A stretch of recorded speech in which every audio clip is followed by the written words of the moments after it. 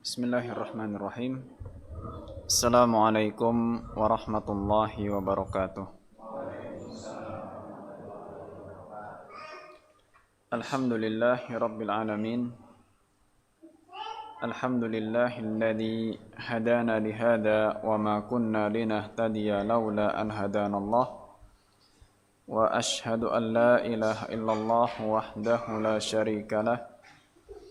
Wa ashhadu anna Muhammadan abduhu wa rasuluh sallallahu alaihi wa ala alihi wa ashabihi wa man tabi'ahum bi ihsanin ila yaumiddin wa sallama tasliman katsira amma ba'd. Hadirin dan hadirat muslimin dan muslimat rahimani wa rahimakumullah, kita panjatkan puji dan syukur atas kehadirat Allah Subhanahu wa taala yang hingga detik ini masih merahmati kita dan masih mencurahkan taufiknya kepada kita. Dan dengan taufik dari Allah Subhanahu wa ta'ala, insyaallah malam ini kita masih dimudahkan untuk melanjutkan kajian dalam pembahasan kitab Ushulul Iman, masih seputar iman kepada para rasul, dan khusus pembahasan malam hari ini adalah tentang peristiwa Isra dan Mi'raj.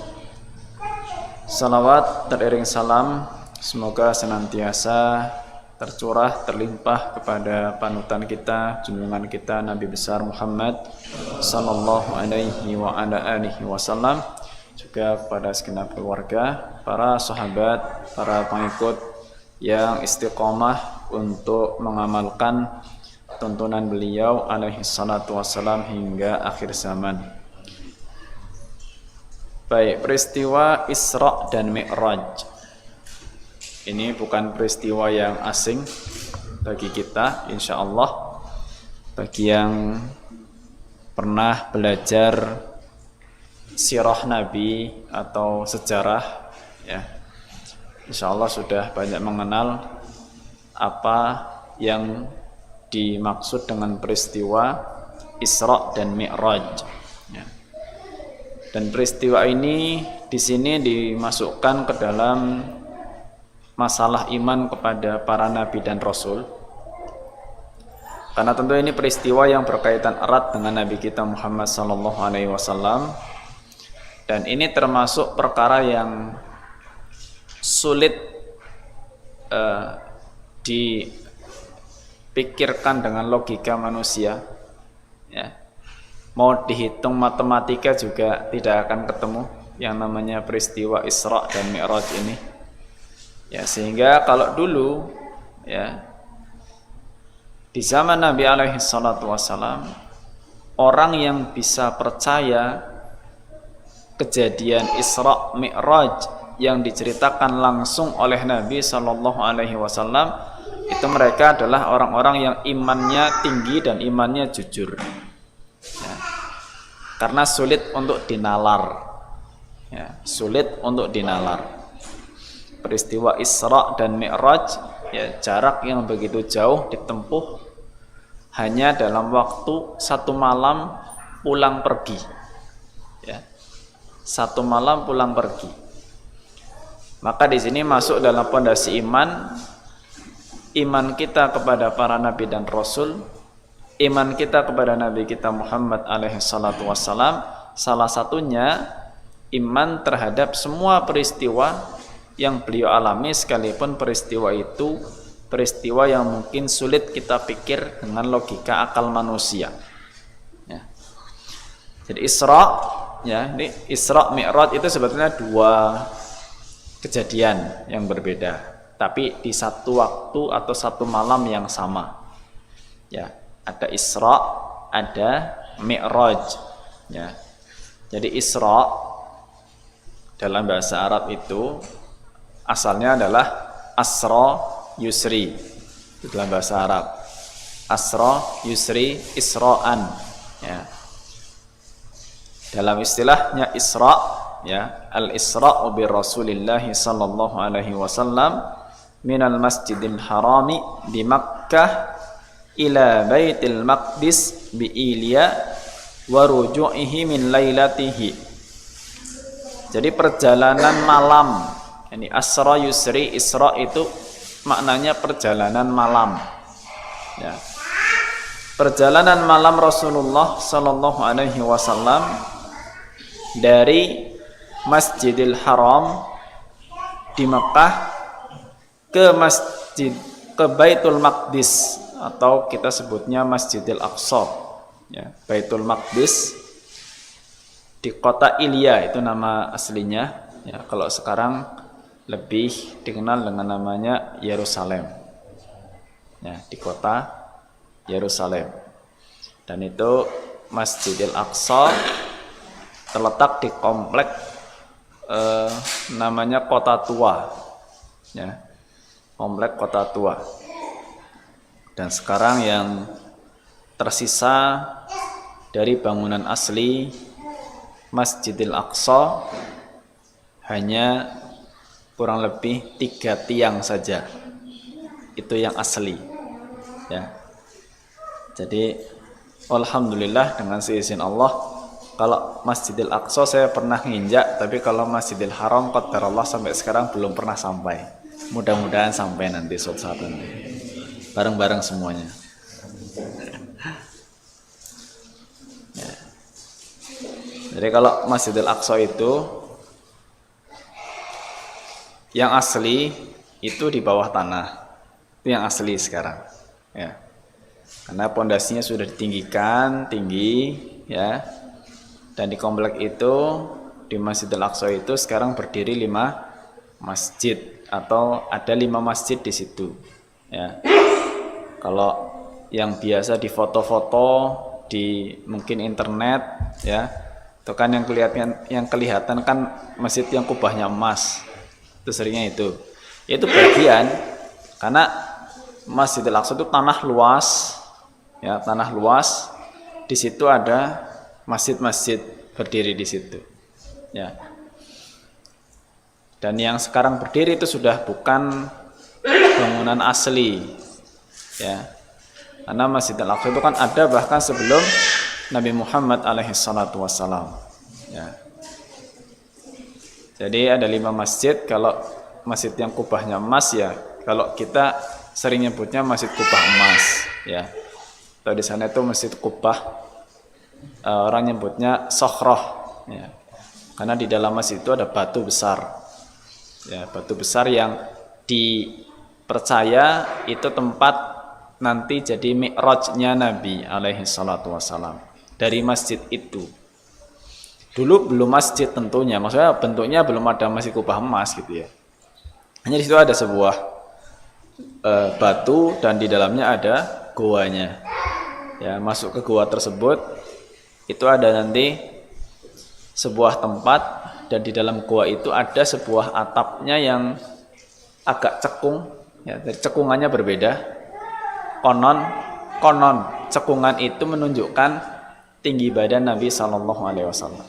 Saya masuk ke dalamnya lihat cekungan itu, dan di situ ada lubang, ya, di goa itu.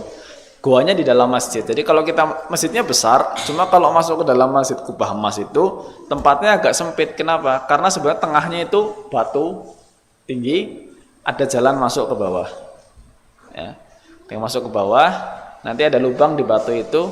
Konon lubang itulah, dari lubang itulah Nabi Shallallahu Alaihi Wasallam nanti mi'raj. Ya. Itu masjid kubah emas. Kemudian kalau masjid utama yang digunakan untuk sholat itu disebut sekarang namanya Masjid Qibli, ya, Masjid Qibli, karena itu menjadi kiblat pertamanya, ya. Dan sekarang menjadi masjid utama di situ yang kubahnya warna hitam. Itu aslinya kubahnya warna hitam, kiblatnya di situ, mihrabnya di situ. Ya. Tapi 2 masjid itu mendirikan 2 jamaah yang berbeda kalau sholat. Ya. Itu ada, ya, kalau masjid Qibli sholat sendiri, nanti masjid kubah emas sholat sendiri, jamaahnya berbeda. Ya. Jamaahnya berbeda. Di bawah masjid Qibli itu ada baru namanya Masjid Aqsa Tua, yang asli itu di bawah masjid yang kubahnya hitam. Di bawah itu ada pintu masuk ke bawah. Di Di situ ada 3 tiang aslinya. Ya, ada 3 tiang aslinya dan sekarang digunakan untuk sholat jamaah wanita. Ya, sholat jamaah wanita dan biasa digunakan untuk pengajian ibu-ibunya sana. Ya. Jadi kalau pagi kita ke sana jalan-jalan masuk, ya itu ada pengajian ibu-ibu, pengajian untuk muslimat di situ, perpustakaan di situ. Ya. Nah, jadi ada masjid kubah emas, ada masjid yang kibli yang kubahnya hitam, di bawah ada masjid Aqsa tua, ya. Kemudian di sebelah-sebelahnya, ya, itu ada. Jadi kalau kita sholat menghadap kiblat di masjid kibli itu, sebelah kiri masjid kibli itu, ya, itu nanti ada namanya Masjid Marwani. Masjid Marwani itu turun ke bawah tanah juga sama. Dan sebelah kanannya itu nanti namanya Masjid Buraq. Masjid yang dipercaya dulu tempat untuk mengikat buraqnya Rasulullah alaihi salatu wasallam ketika Isra ini. Ya. Jadi Isra perjalanan malam dari Mekah Masjidil Haram ke Baitul Maqdis Masjidil Aqsa di kota Ilya atau sekarang namanya kota Yerusalem, ya. Dan malam itu juga Nabi alaihi salatu wasallam pulang ke Mekah, jadi pulang pergi, ya. Itu sekedar gambaran dari Al-Masjidil Aqsa, ya.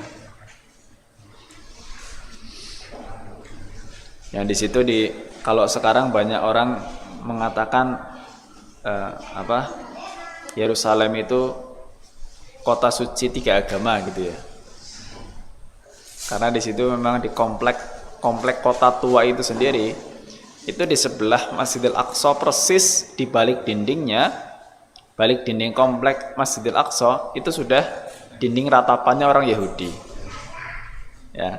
Ya kita juga kesana sama. Lihat dinding ratapannya orang Yahudi, ngumpul orang Yahudi lagi pada curhat semua di dinding itu. Ya. Iya. Ya dengan pakaian mereka lah. Ya, pecinya mereka, dengan model rambutnya mereka. Di situ juga ada komplek gereja yang terbesar di situ. Ya, orang-orang Nasrani. Ya, ramai Masya Allah ketika ya para wisatawannya ke sana ya berjubel. Kemudian setelah Isra, Nabi alaihi salatu wasallam itu Mi'raj, ya. Dalam peristiwa Isra itu sendiri, ya, dalam peristiwa Isra ini kan sebetulnya disebutkan dalam surat Al-Isra ayat 1, ya. Subhanalladzi asra bi 'abdihi lailan minal masjidil haram ilal masjidil aqsa alladzi barakna haulahu linuriyahu min ayatina innahu huwas samiul basir.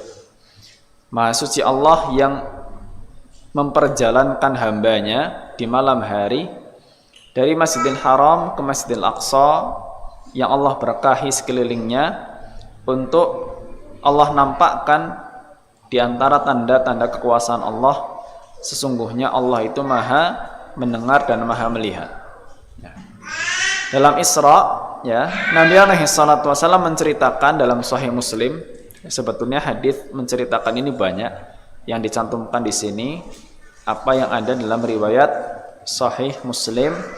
Nabi alaihi salatu wasallam bersabda, utitu bil buraq, saya dibawakan hewan yang namanya buraq, ya. Wa huwa dabbatun abyad tawilun fawqal himari wa dunal bagli. Buraq itu hewan, ya, tunggangan, warnanya putih, panjang. Untuk ukurannya dia lebih besar daripada keledai, tapi lebih kecil daripada bagel. Bagel itu peranakan kuda dan keledai. Ya, mudahnya kita katakan lebih gede dari keledai, lebih kecil dari kuda lah. Ya, seukuran itulah kurang lebih. Ya. Bentuknya kayak apa nggak tahu, ya, karena kita nggak pernah lihat. Tapi Nabi sekedar menggambarkan seperti itulah buraq. Ya. Maka Nabi alaihi salatu wasallam menunggangi buraq tersebut. Faraqibtuhu hatta ataitu Baitul Maqdis. Aku tunggangi buraq itu sampai ke Baitul Maqdis. Farabattuhu bil halqatil lati yarbitu bihil anbiya. Maka aku ikat buraq tersebut di tempat yang para nabi pun biasa mengikatnya. Ya.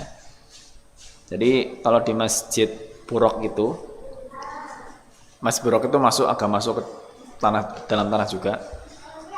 Di situ ada ring besi, ya, ring besi di situ.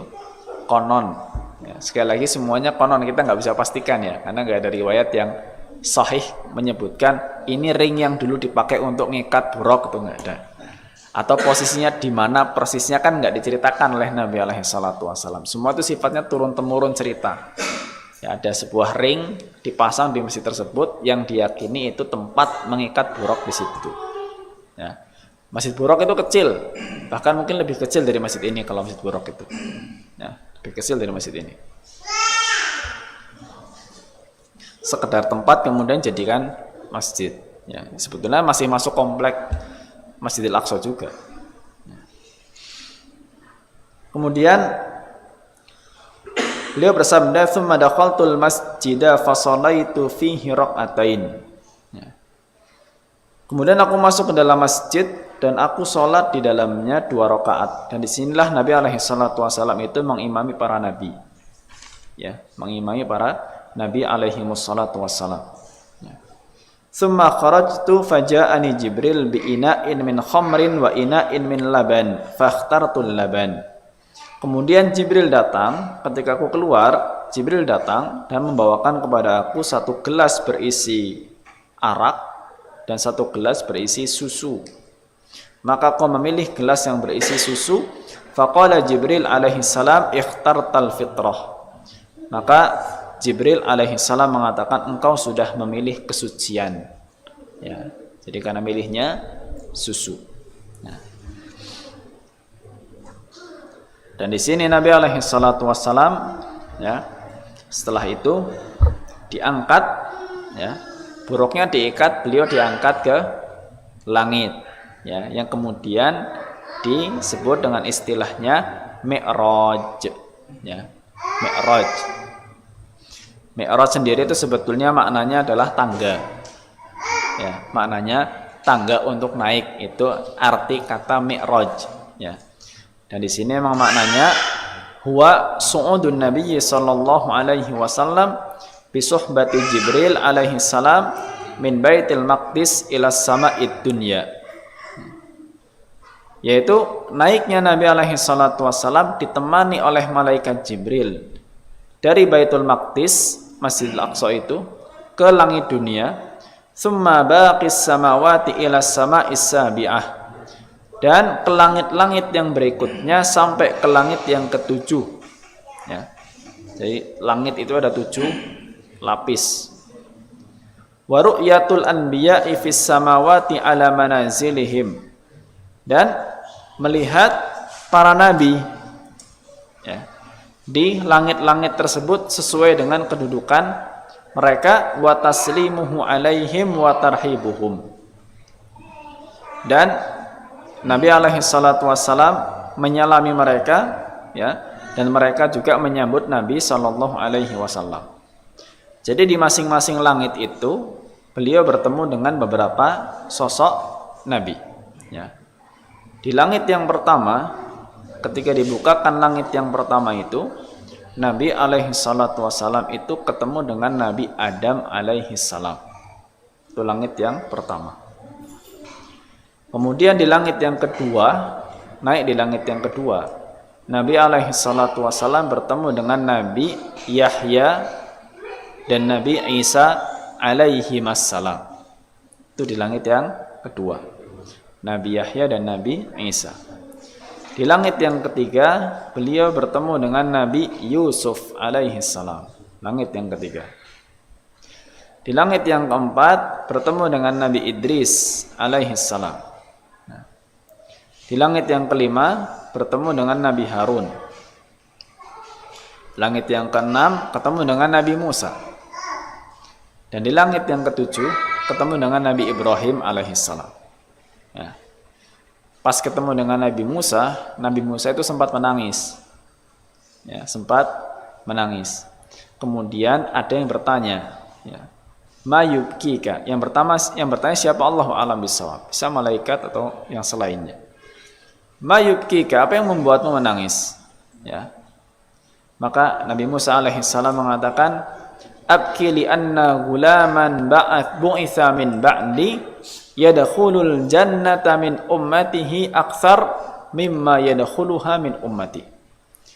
Nabi Musa mengatakan, ada anak muda yang diutus sebagai nabi setelahku, tapi umatnya nanti yang masuk surga itu lebih banyak daripada umatku yang masuk surga.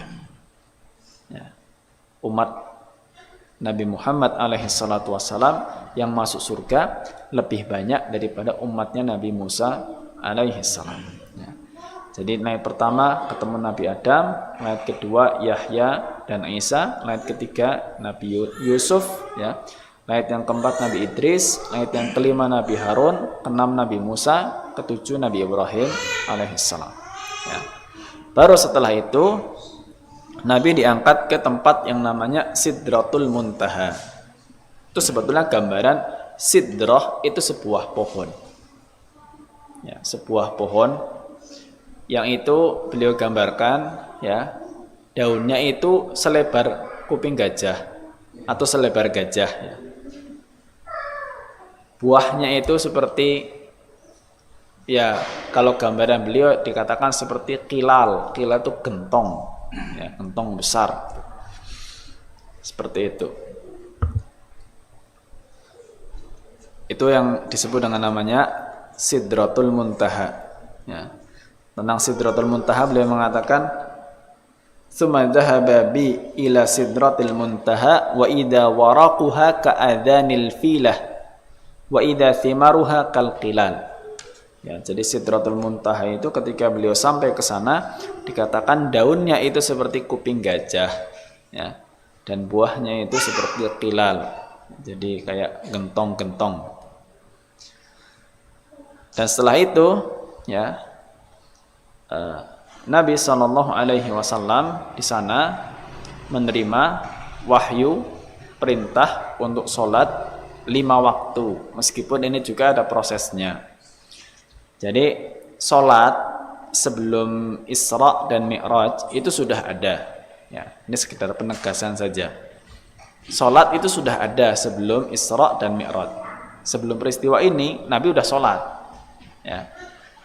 Hanya dijelaskan oleh para ulama, ya, sholat sebelum Isra dan Mi'raj itu hanya 2 rakaat di pagi hari dan 2 rakaat di sore hari, ya. 2 rakaat pagi, 2 rakaat sore.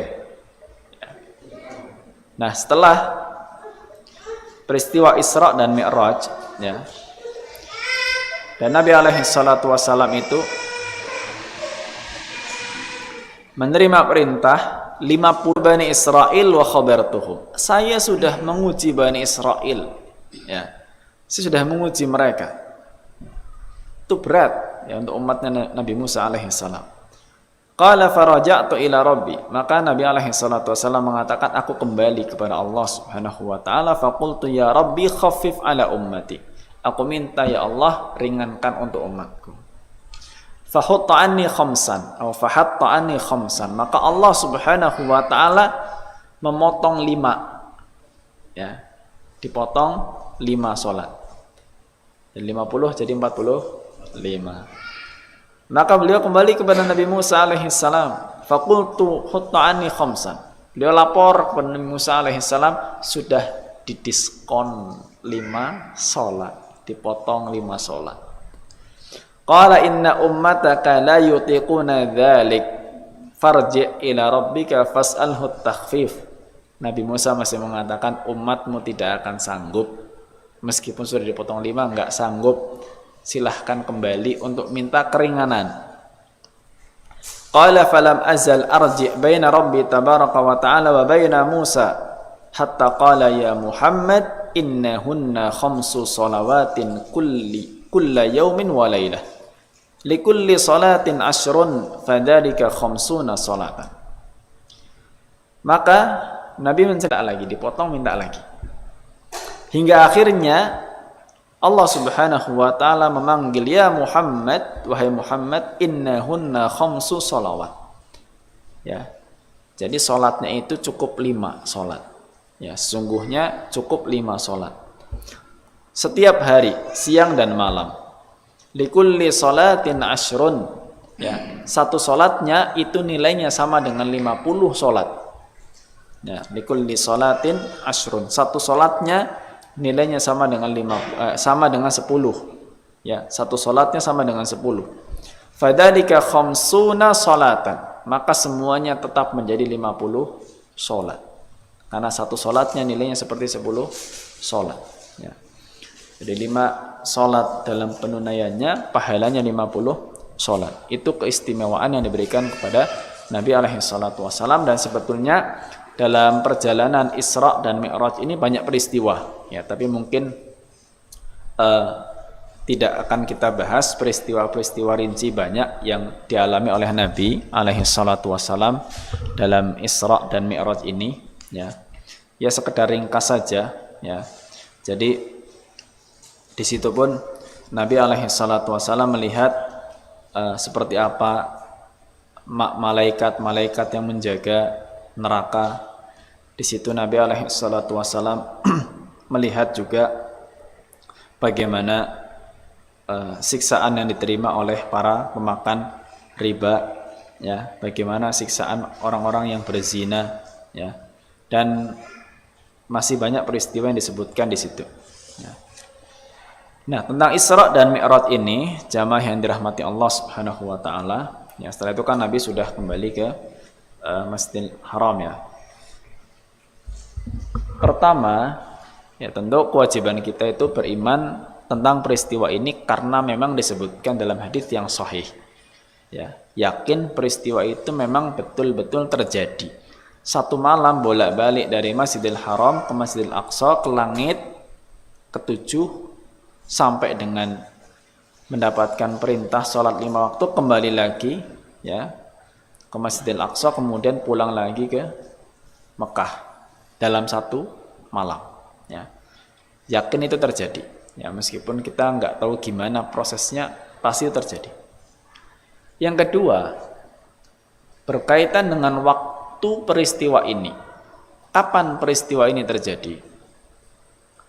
Pendapat yang masyhur yang sampai kepada kita di negeri ini khususnya, banyak dikenal bahwa peristiwa Isra dan Mi'raj itu terjadi tanggal 27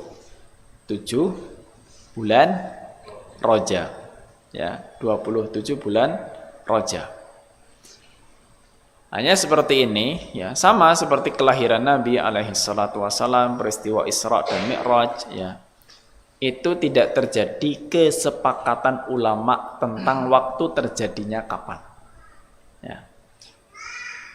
Jadi misalkan lahirnya Nabi kan yang kita kenalkan 12 Rabiul Awal, ya, 12 Rabiul Awal. Apakah ulama sepakat?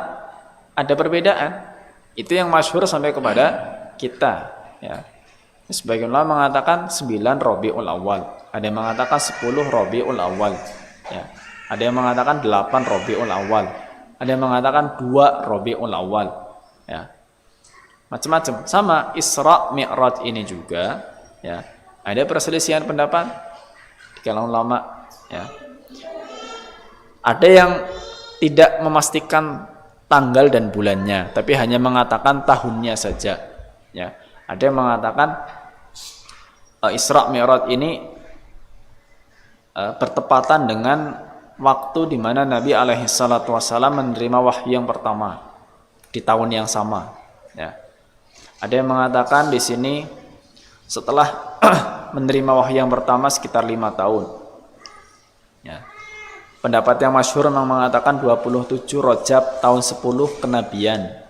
Ada pendapat mengatakan di bulan Ramadan, ya, bulan Ramadan tahun 12 kenabian. Ada yang mengatakan di bulan Muharram tahun 13 kenabian. Ada yang mengatakan di bulan Rabiul Awal tahun 13 kenabian. Jadi pendapatnya banyak, ya, pendapatnya banyak. Maka, ya, sebetulnya peristiwa Isra dan Mi'raj dan hari kejadian itu bukan merupakan hari raya bagi kaum muslimin. Ya. Karena kalau hari raya itu udah pasti. Ya, hari raya Idul Fitri 1 Syawal. Ya. Nggak akan pernah ganti sampai hari kiamat 1 Syawal gitu. Yang ganti kan Masehinya aja. Ya kan? Karena menyesuaikan. Hari raya Idul Adha. Ya 10 Dzulhijjah. Sampai hari kiamat ya 10 Dzulhijjah.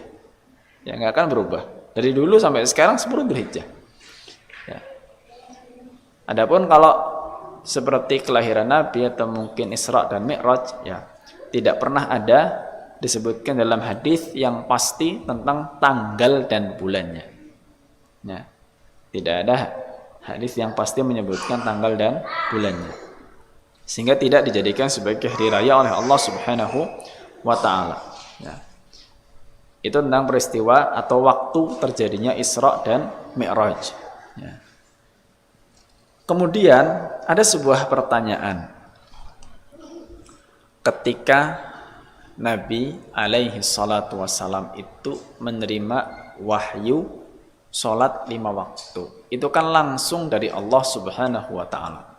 Tidak melalui malaikat Jibril. Ya, tidak melalui malaikat Jibril. Pertanyaannya, apakah Nabi alaihi salatu wassalam itu melihat Allah saat itu atau tidak? Ya. Maka dalam masalah ini, sebagaimana disebutkan dalam hadis yang sahih, Nabi SAW itu tidak melihat Allah. Ketika beliau ditanya oleh sebagian sahabat, hal ra'aita rabbak, apakah engkau itu melihat Tuhanmu? Beliau hanya mengatakan, nurun arahu, saya cuma melihat cahaya saja. Ya. Saya hanya melihat cahaya saja. Jadi tidak sampai melihat Allah Subhanahu wa ta'ala. Ya.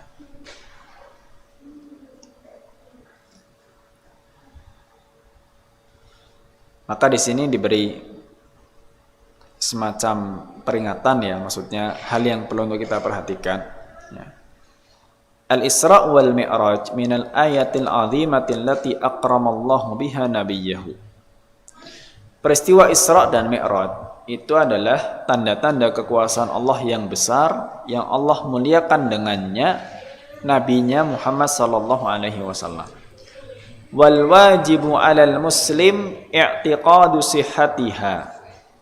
Maka yang wajib atas seorang muslim itu adalah meyakini kebenaran cerita tersebut. Wa annahuma manqabatani 'azimatani ikhtassa Allahu biha nabiyyana sallallahu alaihi wasallam min bainir rusul. Dan keduanya itu keistimewaan yang besar yang Allah berikan khusus kepada Nabi kita alaihi salatu wassalam dibandingkan para rasul yang lain. Wala yushra'u lil muslimi al-ihtifalu bi dzikral Isra wal Mi'raj. Ya. Maka tidak disyariatkan bagi seorang muslim untuk mengadakan sebuah perayaan untuk memperingati Isra dan Mi'raj. Kama la tushra'u lahuma salatun khassah kama yaf'aluhu ba'du awamil muslimin. Dan tidak ada syariat untuk melakukan salat-salat tertentu sebagaimana dikerjakan oleh sebagian kaum muslimin. Jadi tidak ada sebuah ibadah khusus di situ, ya. Tidak ada ibadah khusus. Kalau orang itu mengagungkan peristiwa Isra dan Mi'raj, berarti tugas dia adalah sholat 5 waktu. Ya. Tugas dia sholat 5 waktu ketika mengagungkan peristiwa Isra dan Mi'raj. Ya. Karena inti daripada peristiwa itu adalah perintah sholat 5 waktu. Ya. Perintah sholat 5 waktu, intinya di situ. Ya. Bukan masalah pestanya, bukan masalah perayaannya, ya, atau mungkin peringatannya. Andai kata toh tidak memperingatkan juga bukan sesuatu yang kemudian terhitung dosa atau apa, karena memang tidak ada perintah khusus dari Allah Azza wa Jal, juga dari Nabi alaihi salatu wassalam, dan tidak juga para sahabat itu mengadakan acara khusus untuk memperingati Isra dan Mi'raj. Ya. Sehingga Yang paling ringan, ya, paling ringan, misalkan ya, dalam hari-hari seperti kelahiran Nabi alaihi salatu wassalam, atau mungkin dalam kejadian Isra Mi'raj ini, ya. Kalaupun seseorang itu ingin mengingat kembali peristiwa itu, ingatlah, mungkin mengadakan kajian, ya silahkan, mau sekedar mengambil pelajaran dari peristiwa Isra Mi'raj, atau mungkin mengambil pelajaran dari kelahiran Nabi alaihi salatu wassalam, itu sah-sah saja, ya, sah-sah saja tanpa ada ritual-ritual khusus, ya, di dalam mengingat kejadian-kejadian itu, ya. Puasa Rajab, ya, puasa Rajab memang datang beberapa hadis yang Allah Ta'ala alam hadisnya tidak sahih, ya. Bahkan ada yang menyebutkan sampai tanggalnya. Yang puasa tanggal 1 Rajab nanti keistimewaannya apa gitu. Biasanya muncul itu ketika sebelum Rajab, ya, di Jumadil Akhir itu. Nah, nanti di akhir-akhir bulan Jumadil Akhir itu banyak mungkin yang menyebarkan hadis yang seperti itu, ya. Yang sahih itu kan puasanya puasa Sya'ban. Kalau itu sahih, ya, sehingga disebutkan seolah-olah Nabi alaihi salatu wassalam itu seperti puasa 2 bulan berturut-turut, karena puasanya mulai dari Sya'ban nyambung ke bulan Ramadan, ya. Maka seolah-olah beliau puasa 2 bulan, kalau itu sahih, ya, kalau itu sahih. Adapun puasa Rajab sebatas yang sampai kepada kami, hadis-hadisnya tidak sahih. Kemudian Nabi alaihi salatu wassalam dalam peristiwa Isra dan Mi'raj ini memang beliau mengalaminya dalam dunia nyata dengan ruh dan jasadnya, bukan mimpi, ya, bukan sekedar mimpi. Karena ada wahyu-wahyu yang memang Nabi alaihi salatu wassalam dapatkan lewat mimpi, ada, ya, dan mimpi para nabi itu memang wahyu, ya. Mimpinya para nabi dan rasul itu wahyu. Makanya ketika Nabi Ibrahim mimpi nyembelih anaknya, ya, itu wahyu memang dari Allah Subhanahu wa taala, isyarat untuk menyembelih putranya, ya. Ya, kalau kita ngimpi nyembelih anaknya berarti bukan wahyu. Itu mimpi buruk itu. Malah bagusnya kalau ngimpi nyembelih anaknya jangan diceritakan kepada siapapun kalau kita itu, ya. Kalau ngimpi nyembelih anaknya jangan disamakan dengan Nabi Ibrahim, bahaya, ya. Kalau mimpi buruk jangan diceritakan mimpinya kita, ya. Mimpi manusia yang menjadi bagian daripada tanda-tanda kenabian itu mimpi yang disebut oleh Nabi SAW dengan nama ru'ya shadiqah, mimpi yang jujur, ya. Mimpi yang di dalamnya seorang mukmin itu melihat kebaikan, menambah keimanan dia, ya, bahkan apa yang dia lihat itu, ya, ini mimpi yang jujur. Apa yang dia lihat, dia nantinya akan melihatnya di dunia nyata persis dengan apa yang dia lihat ketika mimpi. Dan itu akan banyak terjadi, disebutkan oleh Nabi alaihi salatu wassalam, akan banyak terjadi seiring mendekatnya akhir zaman. Akan banyak di antara kaum muslimin yang melihat mimpi yang jujur, ya, akan betul-betul nyata terjadi, ya.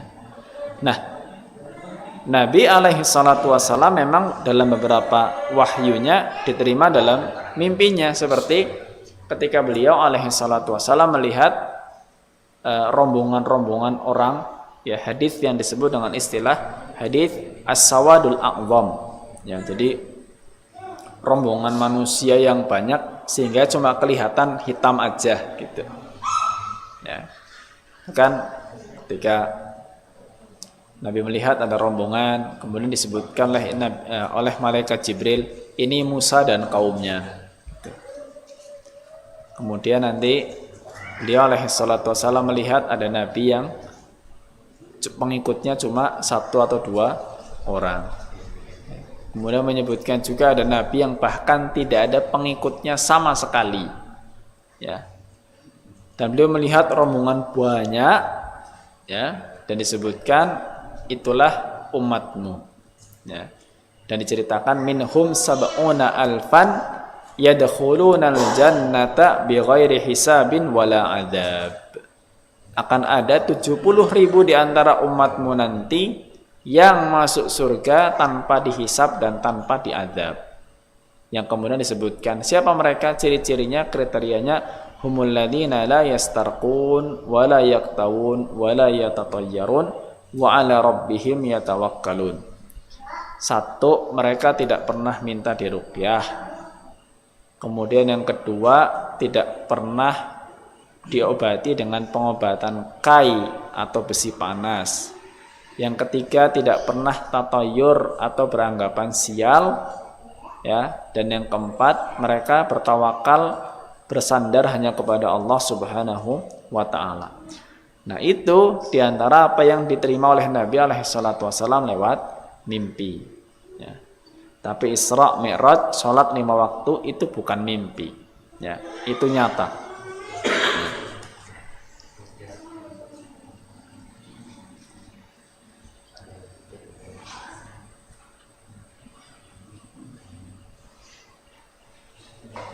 Sehingga ketika Nabi alaihi salatu wasallam itu menceritakan, ya,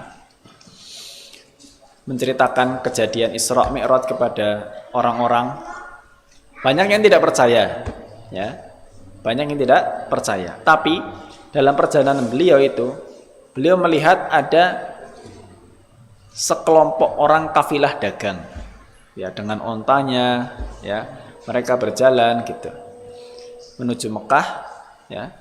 Kemudian ketika beliau ceritakan kepada orang-orang dan nggak percaya, Nabi sebutkan nanti akan datang rombongan orang, jumlahnya sekian, ontanya sekian, itu saya lihat ketika perjalanan, ya. Dan ternyata apa yang disebutkan oleh Nabi alaihi salatu wasallam itu betul terjadi. Datang rombongan itu, ya, ditanya berapa jumlah orangnya, berapa ontanya, seperti apa rombongannya, persis dengan yang disebutkan oleh Nabi alaihi salatu wasallam, ya. Jadi itu memang peristiwa nyata dialami ketika Nabi alaihi salatu wasallam dalam kondisi sadar bangun, ya, bukan dalam kondisi mimpi. Dan itu hanya terjadi 1 kali dalam seumur hidup Nabi alaihi salatu wasallam, ya, tidak berulang kali, ya, hanya 1 kali itu saja, ya, 1 kali itu. Dan memang di sini mungkin dari semua pendapat yang ada tadi, ya, semua pendapat yang ada tadi, kurang lebihnya memang peristiwa ini mendekati hijrahnya Nabi Shallallahu Alaihi Wasallam. Meskipun tepatnya tadi ada perselisihan pendapat, tapi memang mendekati hijrahnya Nabi, karena sholat itu disyariatkan di Mekah, ya, disyariatkan di Mekah, ya. Dan saat itu kan kiblatnya masih ke Masjidil Aqsa, ya, kiblatnya masih ke Masjidil Aqsa. Baru ketika Nabi alaihi salatu wasallam menjalankan sholat itu, ya, di Madinah, ya, masih ke Masjidil Aqsa, kemudian Allah Subhanahu wa taala pindahkan kiblatnya dari Masjidil Aqsa ke Masjidil Haram, ke Ka'bah, ya, karena Nabi itu bolak-balik ngelihat ke langit gitu, kepengin kiblatnya dialihkan gitu, ya, bolak-balik lihat ke langit, ya. Maka Allah Subhanahu wa taala faham, Allah Maha tahu, ya. Qad nara taqalluba wajhika fis sama falanwalliyannaka qiblatan tardoha. Ya, kami melihat, Allah melihat taqalluba wajhika fis sama, wajahmu itu bolak-balik lihat ke langit gitu. Nungguin kepengen ada wahyu turun untuk mindah kiblat dari Masjidil Aqsa ke Masjidil Haram. Ya. Falanwalliyannaka qiblatan tardoha. Maka kami pindahkan kiblatnya seperti apa yang engkau inginkan. Ya, dipindah, ya, yang tadinya kalau di Madinah sholatnya itu madhab utara, kalau ke Palestina itu kan agak ke utara, ya. Maka kalau di Madinah, Mekahnya itu di selatan, balik ke selatan, ya. Jadi ketika pindah kiblat itu beliau juga lagi sholat, ya, pindah kiblat lagi sholat, ya. Hanya saya perlu pastikan sholat zuhur atau sholat asar, ya, turun wahyu untuk pindah kiblat, ya, sehingga ada masjid kan kiblatain, masjid 2 kiblat, masjid di mana Nabi alaihi salatu wasallam itu mendapatkan wahyu untuk pindah kiblat. Ya. Gimana prosesnya saya tidak tahu. Lagi sholat terus muter seperti apa? Ya. Karena kalau lagi sholat madhab sana, muter sana berarti jamaah laki-laki jadi di belakang, jamaah perempuan jadi di depan. Ya. Setelah itu bagaimana prosesnya Allah Ta'ala a'lam bissawab. Ya, yang jelas itulah yang sampai kepada kita, ya.